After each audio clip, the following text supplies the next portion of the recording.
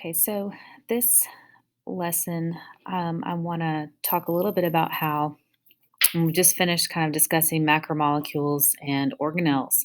So I want to go over how macromolecules contribute to cell structure, and uh, we've kind of already covered, you've kind of already done this part with the organelles, kind of identifying how organelles function, and we'll talk a little bit about how they interact.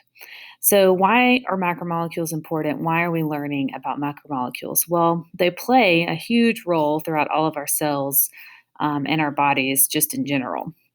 I mean, everything, just about all of the components of our body, your cells, when we were talking about like functions of different macromolecules, your proteins, your hormones, all of those are macromolecules. So without those, there would be no life, basically. Um, so we looked at how proteins play a role in communication. We talked about how nucleic acids, our DNA, code for our inherited traits. Carbohydrates provide energy for the cells and for our bodies, as well as some other structural components of cells. Like if you think about, carbohydrates, the monomer is just a sugar. So we have that sugar phosphate backbone for DNA. And then lipids also play a large role in those biological membranes. And so just about, all inherited diseases can be described by some type of structural or functional abnormality of a macromolecule. It all kind of comes down to something, that's wrong with either the structure or the function of a cell, right, which has to do with those macromolecules. So this is just kind of a computerized, computer generated image of a cell with all of its, different structure. So you have your nucleus here in the center, and you can kind of see, your nucleus, your nuclear membrane there, and the nuclear pores are visible. And then it's the endoplasmic reticulum surrounds our nucleus, right? That's where our ribosomes help to translate our mRNA. And then you can see how the Golgi over here, we have vesicles that are kind of branching off of the Golgi.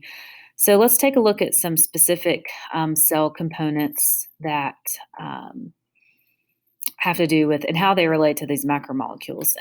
If you really want to see, there's like a really good, where this picture came from, it's kind of a 3D tour of the cell. If you want to click here, it's just a YouTube video.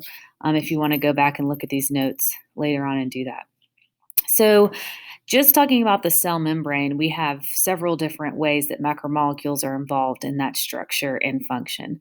So the phospholipid bilayer, you probably remember this from biology, but that's that just that bilayer membrane that surrounds not only the cell, it surrounds the nuclear membrane is a lipid bilayer. Just about any membrane in the cell, all the organelles, all of those are those phospholipid bilayers. It forms that bilayer because those fatty acid tails are hydrophobic, while the phosphate group is actually a polar molecule, and so it can interact with water, so it's hydrophilic. So that's why those phosphate heads are on the outside of and the inside of our membrane. So there's also proteins that are embedded in the membrane channels, or in the membrane, sorry. They can form channels either for ions to pass in and out of the cell, or they can function as receptors for some type of cellular communication. And then carbohydrates are also attached to these membrane proteins, and they participate lots of different ways, but just two ways I listed for you. They participate in cell adhesion, so when cells attach to other cells, and they also take part in cell signaling. So, signaling a cell to divide, signaling a cell to die, right, to move into apoptosis. So lots of different ways. These are just some images here, just kind of showing you a few images of these cell membranes. So this blue picture over on the left is just a basic, the nuclear membrane. You can see it has this phosphobilayer, your nuclear envelope, right? You can see it's actually a double layer in this image. So we have our little nuclear pore there. This next picture here in the center with the purple and the green, that kind of shows how you have some embedded proteins in here that can function as receptors. You also have a protein channel, and then it also shows these carbohydrate molecules that are kind of sticking out onto the outer sides of the proteins, right? Those are functioning in that adhesion or the cell signaling.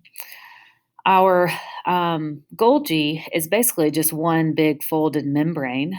That's why it's able to produce these vesicles, different types of vesicles, right? So lysosomes, they contain the lysosome enzyme, which is going to break. It's like a hydrogen peroxide, basically. It just breaks down um, other components in the cell, right? It's also responsible for cell death. That's how a cell dies, is it releases a bunch of lysosomes, and they release their products from inside the vesicle, and so this basically shuts the cell down.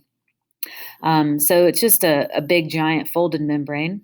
And then even our mitochondria, we have an outer membrane and an inner membrane. So these phospholipids and and proteins, all of these are all throughout our cell. Another way that proteins especially are important in our cell structure is the cytoskeleton.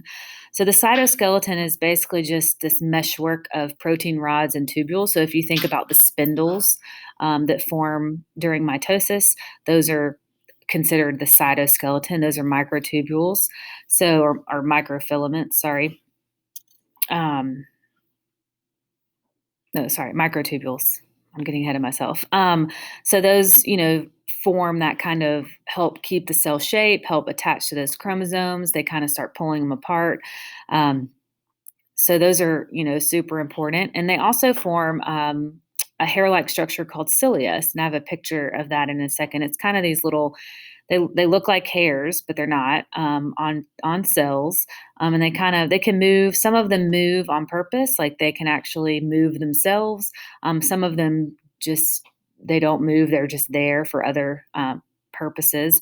But there's actually a inherited disease called sick cilia disease, and it affects these cilia. It makes it where they don't move.